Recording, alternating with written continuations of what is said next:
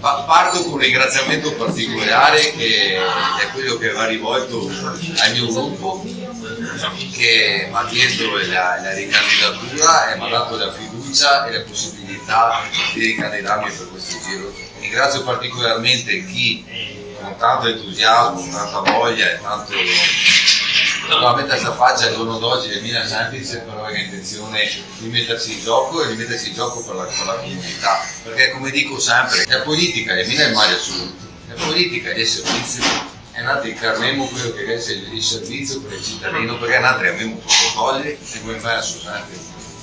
e vuoi vedere questo paese crescere, ed è per questo che lo scopo è questo qua ed è il desiderio che ognuno di noi deve portare in cuore in questa candidatura. Per questo vi ringrazio veramente per quello che state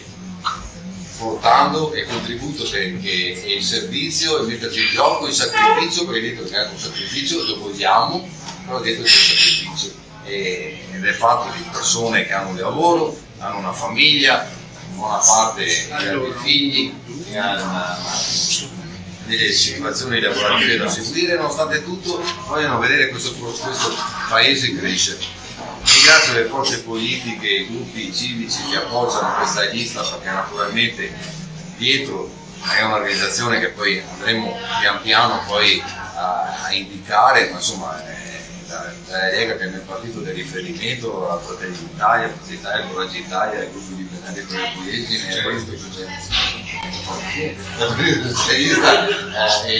e a tutte le persone civiche, perché questa è una lista civica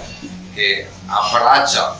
tutto il mondo e tutta la rappresentanza di protocolli da sinistra a destra in modo anche un comune, quindi credo che questo sia la questione principale, ma poi ripeto, andando a presentare i candidati vedremo anche che espressione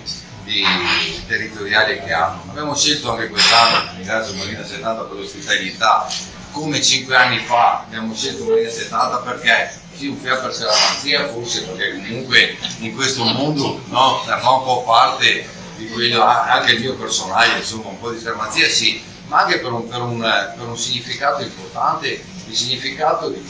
parlare che c'è dietro, ma il significato che nel 66 l'ultima alluvione avvenne qua. Sapete benissimo che per volontà mia e nostra non abbiamo voluto celebrare più le alluvioni perché 5 anni fa ci chiamavamo Si Cambia, è il simbolo del cambiamento, è il simbolo di un'evoluzione, di portare Porto Tolle da un paese che una volta diceva e qui chi sta in fondo, e qui che Leonardo ad essere protagonista, e poi magari il nome del simbolo di quest'anno, protagonista di quello che è lo sviluppo territoriale portotollese, pugliesano, del Delta, ma anche della regione Veneto, all'interno di un contesto che in questi 5 anni, della soddisfazione più grande che ho avuto in questi 5 anni, questo consolidamento di essere protagonisti a livello turistico, a livello del settore primario, a livello di quelle peculiarità che solo un territorio come il nostro, chi lo vive, chi lo conosce, e fortunatamente oggi viene conosciuto anche fuori, viene trasportato all'interno di quello che è il contesto italiano ed europeo, e i numeri parlano da soli, senza le conquiste che abbiamo avuto, su cui non si voglia entrare in questo momento, perché si concentrano sul singolo, e il singolo rispecchia un po' quello dell'altra volta di 5 anni fa, perché abbiamo le persone colorate che indicano l'inclusione all'interno di questo cerchio che rappresenta l'Italia, rappresenta la regione Veneto, per cui fortunatamente i nostri rapporti e i risultati attraverso anche questa trafila istituzionale che parte dal governo, passa attraverso la regione del Veneto e arriva a Porto Tolle,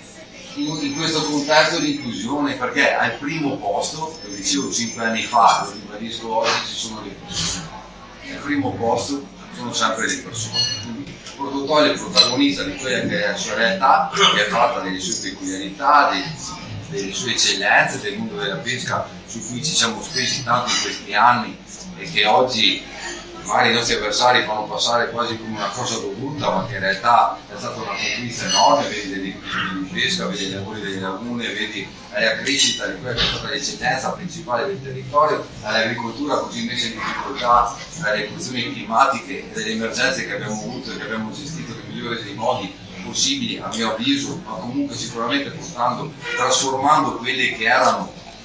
delle difficoltà un'opportunità, perché ricordiamo che i lavori nelle lagune, piuttosto che i lavori sui ponti, piuttosto che alcuni lavori infrastrutturali avvengono attraverso aver riuscito a portare a casa dei contributi che erano legati alle avversità che abbiamo avuto in questi anni, e credo che questa sia una cosa che va anche ribadita. Però al di là di quello che questo territorio è meraviglioso, all'interno ci sono sempre le persone,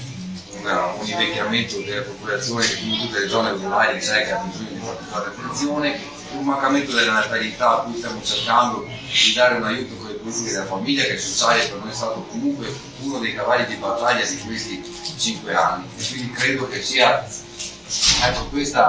questo modo di essere, di proporsi alla gente, di essere in mezzo alla gente. Lo dicevo ieri